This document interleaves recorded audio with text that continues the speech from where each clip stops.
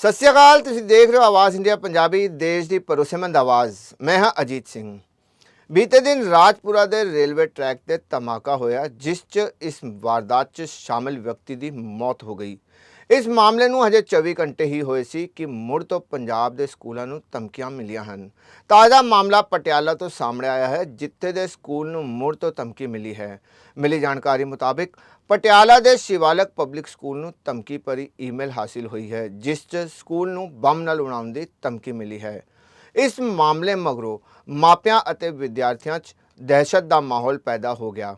ਧਮਕੀ ਮਿਲਣ ਮਗਰੋਂ ਪੁਲਿਸ ਵੱਲੋਂ ਸਕੂਲਾਂ ਨੂੰ ਖਾਲੀ ਕਰਵਾਇਆ ਗਿਆ ਹੈ। ਨਾਲ ਹੀ ਮਾਪਿਆਂ ਨੂੰ ਕਿਸੇ ਵੀ ਤਰ੍ਹਾਂ ਦੀ ਅਫਵਾਹ ਤੋਂ ਦੂਰ ਰਹਿਣ ਦੀ ਸਲਾਹ ਦਿੱਤੀ ਗਈ ਹੈ। ਇਸ ਤੋਂ ਇਲਾਵਾ ਬੰਬ ਨਿਰੋਧਕ ਦਸਤੇ ਵੱਲੋਂ ਸਕੂਲਾਂ ਦੀ ਬਾਰੀਕੀ ਨਾਲ ਤਲਾਸ਼ੀ ਲਈ ਜਾ ਰਹੀ ਹੈ।